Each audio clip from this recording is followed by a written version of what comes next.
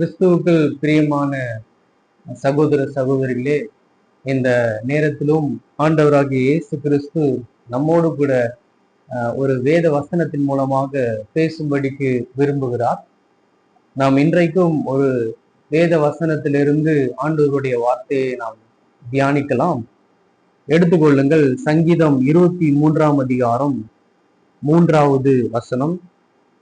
அவர் என் ஆத்துமாவை தேற்றி தம்முடைய நாமத்தின் நிமித்தம் என்னை நீதியின் பாதைகளில் நடத்துகிறார். ஆங்கிலத்தில் இப்படியாக இந்த வசனம் எழுதப்பட்டிருக்கிறது. He leads me in path of righteousness. நீதியின் பாதையில் நடத்துகிற தேவனாகிய கர்த்தர். ஆம், நம்முடைய தேவனாகிய கர்த்தர் நாம் யாவரையும் நீதியின் பாதையிலே ஒவ்வொரு நாளும் நம்மை நடத்துகிறவராய் அவர் இருக்கிறார். இங்க சங்கீதம் 32 அதிகாரம் 8வது வசனத்தை நீங்க பார்த்தீங்கன்னு சொன்னா, அங்கே தேவனாகிய கர்த்தர் சொல்லுகிறார், நான் உனக்கு போதித்து நீ நடக்க வேண்டிய வழியை உனக்கு காட்டுவேன் அப்படின்னு சொல்லி அவர் ஒரு வழியை குறித்து அங்கே சொல்லுகிறார். எந்த வழி என்று சொன்னால், நீதியின் வழியில தான் தேவனாகிய கர்த்தர் நம் ஒவ்வொருவரையும் ஒவ்வொரு நாளும் நடத்துகிற தேவனாக அவர் இருக்கிறார். தேவனுடைய பாதை, தேவனுடைய வழி நடத்துதல் எப்பொழுதுமே நீதி உள்ளதாய் இருக்கிறது. நீதியின் பாதை, ரைச்சியஸ் பாத் அப்படின்னு சொல்லி வேதாகம் நமக்கு தெளிவாக சொல்லுகிறது. ஒருவேளை இன்றைக்கும் நீங்க ஒரு பாதையில போய்கொண்டு இருக்கலாம். உங்களுடைய வாழ்க்கை ஒரு பாதையில போய்கொண்டு இருக்கலாம். அது தேவன் நடத்துகிற பாதையாக இருக்கும். அந்த பாதையில ஒருவேளை சில துன்பங்கள், சில துயரங்கள், சில ஒன்றும் புரியாத மனதுக்கு சஞ்சலமாய் தோன்றுகிறதாய் பாதை காணப்படும். சில நேரத்துல அது முற்கள் நிறைந்த பாதையாக இருக்கும். சில நேரத்துல அது ஒரு பாலைவனத்தின் பாதையாக கூட சில நேரத்துல காணப்படும். ஆனா நீங்க சோர்ந்து போகாதிருங்க. இந்த பாதையில நீங்க நடந்து வரும் பொழுது உங்களுடைய மனசு என்ன இப்படி நடக்கிறதே, என்னுடைய வாழ்க்கையின் பாதையே கரடு முரடாய் இருக்கிறதே, ஒரே துன்பம் நிறைந்த பாதையா இருக்கிறதே, துயரம் நிறைந்த பாதையா இருக்கிறதே, கண்ணீர் உள்ள ஒரு பாதையா இருக்கிறது. இந்த பாதையில ஏன் ஆண்டவர் என்னை கொண்டு போகணும் அப்படின்னு சொல்லி கூட சில நேரத்துல நீங்க சோர்ந்து போகணும். ஆனாலும் நான் உங்களுக்கு சொல்றேன், நீங்க அப்பேற்பட்ட பாதையில இருந்தாலும் அந்த பாதை நீதி உள்ள ஒரு பாதையா இருக்கிறது. அது நீதியின் பாதையா இருக்கிறது. இந்த இஸ்ரவேல் ஜனங்க ஆண்டவராகிய இயேசு கிறிஸ்து பிதாவாகிய தேவன் அந்த அடிமைத்தன வீடாகிய எகிப்திலிருந்து அந்த ஜனங்களை வெளியே கூட்டிக் கொண்டு வரும் பொழுது அந்த ஜனங்களை ஒரு பாதையில ஆண்டவர் கொண்டு போனார். அது வனாந்தரத்தின் பாதை. அந்த பாதையை பார்த்தாலே வனாந்தரம், வறட்சி, துயரம், துக்கம், கண்ணீர் நிறைந்த ஒரு பாதை மாதிரிதான் நம்முடைய பார்வைக்கு அது தெரியும். தேவனுடைய பார்வைக்கு அந்த பாதை நீதியின் பாதையாய் இருக்கிறது. ஒருவேளை அந்த பாதையில நமக்கு சில பற்றாக்குறைகள் வர மாதிரி தெரியும். சில நேரத்துல நம்முடைய உள்ளே சோர்ந்து போகிற மாதிரி நம்முடைய உள்ளம் அப்படியே தவிக்கும். சில நேரத்துல இந்த பாதையில எனக்கு எதுவுமே கிடைக்கலையே, ஆண்டவர் ஏன் இந்த பாதையில என்னை கொண்டு போகிறார் என்று சொல்லி கூட நம்முடைய உள்ளம் வருத்தப்படும். ஆனா நீங்க நன்றாய் கவனித்து பாருங்க, இந்த இஸ்ரவேல் ஜனங்களை ஆண்டவர் அந்த வனாந்தர பாதையில நடத்தி கொண்டு போனாரே, ஏதாயிரம் ஒரு பற்றாக்குறை அந்த ஜனங்களுக்கு வந்துச்சா? இல்லவே இல்லை. அவங்களுடைய வஸ்திரம் பழசா போகல, அவங்களுடைய பாதரட்சை தேய்ந்து போகல. அப்படியாக ஆண்டவர் அந்த பாதையில அவர்களோடு கூட இருந்தார். அப்போ இந்த தேவன் நடத்துகிற இந்த பாதையில நம்முடைய பார்வைக்கு அது கஷ்டமாக, நம்முடைய பார்வைக்கு அது துயரமாக, நம்முடைய பார்வைக்கு அது ஒரு இக்கட்டாக தோன்றினா கூட நீங்கள் ஒன்றை நன்றாக புரிந்து கொள்ள வேண்டும். அந்த பாதையில தேவன் உங்களோடு கூட இருக்கிறார்.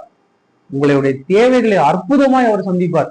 இந்த இஸ்ரவேல் ஜனங்க அந்த பாதையில் நடந்து போகும் பொழுது அவங்களுக்கு ஒரு இடத்துல தாகத்துக்கு தண்ணீர் தேவைப்பட்டது. சில இடத்துல அவர்களுக்கு பசி உண்டாயிற்று, உணவு பற்றாக்குறை வந்தது.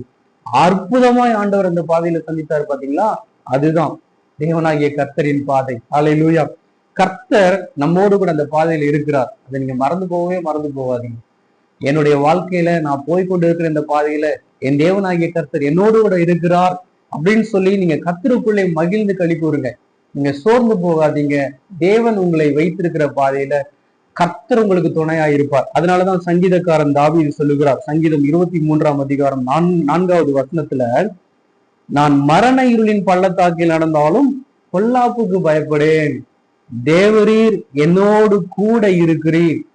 அந்த மரண இருளின் பள்ளத்தாக்கின் பாதையா அந்த பாதை இருந்தா கூட நான் பயப்பட மாட்டேன். ஏன் என்று சொன்னால், தேவனாகிய கர்த்தாவே நீங்க என்னோடு கூட இந்த பாதையில நடந்து வரீங்க அப்படின்னு சொல்லி தாவீது ரொம்ப அழகாய் கர்த்தருக்குள்ளே மகிழ்ந்து களி கூறுகிறார். ஆம்பிரியமானவர்களே, நீங்க தானியலுடைய வாழ்க்கையை பாருங்க. அவனுடைய பாதை ஒரு நீதியின் பாதையில ஆண்டவர் கொண்டு போய் கொண்டிருந்தார். அவனும் அந்த நீதியின் பாதையில தான் போய் கொண்டிருந்தான். ஆனா வழியில ஒரு பெரிய ஒரு பிரச்சனை உண்டானது. அவனை எடுத்து சிங்கத்தினுடைய கெபில போடுகின்றதான ஒரு சூழ்நிலை உண்டான கூட அவன் இருதயம் கலங்கவே இல்லை. என்ன காரணம்? அந்த பாதையில தன்னுடைய தேவனாகிய கர்த்தர் தன்னோடு கூட இருக்கிறார் என்கின்ற அந்த விசுவாசம், அந்த நம்பிக்கை. அந்த பாதை நமக்கு தைரியத்தை தருகிற பாதையா இருக்கிறது.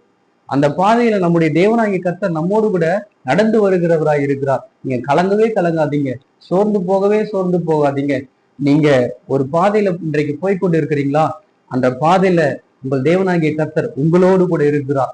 உங்களை விசாரிக்கும்படிக்கு அவர் உங்களோடு கூட இருக்கிறார். உங்களுடைய எல்லா தேவைகளையும் சந்திக்கும்படிக்கு அவர் உங்களோடு கூட இருக்கிறார். உங்கள் கண்ணீரை துடைக்கும்படிக்கு, உங்களுடைய வலது கரத்தை பிடித்து உங்களை தேற்றும்படிக்கு உங்கள் தேவனாகிய கர்த்தர் உங்களோடு கூட நீங்க போய்கொண்டிருக்கிற அந்த பாதையில இன்றைக்கு நடந்து கொண்டு வருகிறார் என்கின்ற ஒரு விசுவாசம், ஒரு நம்பிக்கை உங்களுடைய உள்ளத்துல வருவதாக.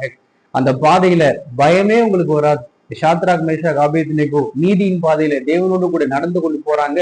ஒரு பெரிய ஒரு போராட்டம், ஒரு சவால் அவர்களுக்கு முன்பதாக வைக்கப்படுகிறது. அவங்க பயப்படவே இல்லை. ஏன் என்று சொன்னால், அவர்கள் தேவனாகிய கர்த்தர் அந்த பாதையில் அவர்களோடு கூட நடந்து வருகிறவரா இருக்கிறார். இன்றைக்கும் நம்முடைய தேவனாகிய கர்த்தர் இயேசு கிறிஸ்து நீங்கள் போய்கொண்டிருக்கிற பாதையை அவர் அறிந்திருக்கிறார். அந்த பாதையில் அவர் உங்களுக்கு துணையாக உங்களோடு கூட நடந்து வருகிறார். அற்புதமாய் உங்களை கொண்டு போய் சேர்க்க வேண்டிய இடத்துல அவர் கொண்டு போய் சேர்ப்பார்.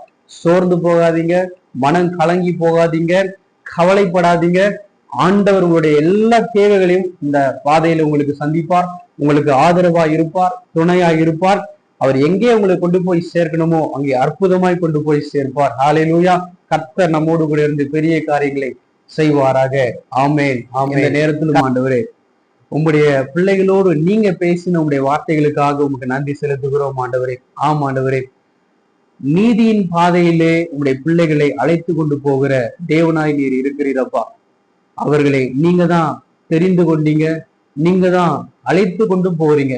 இப்பொழுதும் உங்களுடைய பிள்ளைகள் ஒரு கண்ணீரின் பாதையில, ஒரு குழப்பம் நிறைந்த ஒரு பாதையில, ஒன்றும் புரியாத ஒரு வனாந்தரமான ஒரு பாதையில அவங்களுடைய வாழ்க்கை கடந்து போகிறதாய் இருக்கலாம். ஆனாலும் தேவனாகிய கர்த்தர் அந்த பாதையில அவர்களோடு கூட நீர் நடந்து போகிறவராய் இருக்கிறீரப்பா. நடந்து போகிறவராய் இருக்கிறீர். உங்களுடைய கரத்தை அவர்கள் மேல் வைத்து அவர்களை அணைத்து கொள்ளுவீராக. அவர்களை அற்புதமாய் வழி நடத்த நீர் போதுமானவர் ஆண்டவரே. வழியில எப்பேற்பட்ட ஒரு தேவைகள் இருந்தாலும் சரி, அதிசயமாய் ஆண்டவரே, அதிசயமாய் இஸ்ரவேல் ஜனங்களுக்கு உண்டான தேவைகளை வனாந்தரத்துல சந்தித்த கர்த்தர் உங்களுடைய ஒவ்வொரு பிள்ளைகளுக்கும் ஆண்டவரே, இந்த பாதையில அவர்கள் போய்கொண்டிருக்கிற அந்த பாதையில அவருடைய எல்லா தேவைகளையும் நீங்க சந்தித்து உங்களுடைய பிள்ளைகளை அதிசயமாய் நடத்த நீங்க போதுமானவராய் இருக்கிறீங்க ஆண்டவரே. போதுமானவராய் இருக்கிறீங்க. உமக்கே நன்றி செலுத்துகிறோம் அப்பா. இதை கேட்டு கொண்டிருக்கிற ஒவ்வொரு மேலும் உங்களுடைய கரம் வந்து அமருவதாக, ஒவ்வொருவரையும் நீர் அணைத்துக் கொள்ளுவீராகப்பா. ஒவ்வொருவருடைய தேவைகளும் தேவனாகிய கர்த்தர் சந்தித்து அவர்களை அதிசயமாய் ஆண்டவரே எந்த இடத்துல அவர்களை கொண்டு போய் சேர்க்கணுமோ நீங்க கொண்டு போய் சேருங்கப்பா. ஆசீர்வதிப்பீராகப்பா. ஸ்தோத்திரம் ஆண்டவரே. எல்லா துதி கன மகிமை உமக்கே செலுத்துகிறோம். இயேசுவின் நாமத்தில் வேண்டி ஜெபிக்கிறோம் பிதாவே. ஆமென். ஆமென். கர்த்தர் தாமே நம்மை ஆசீர்வதிப்பாராக. ஆமென்.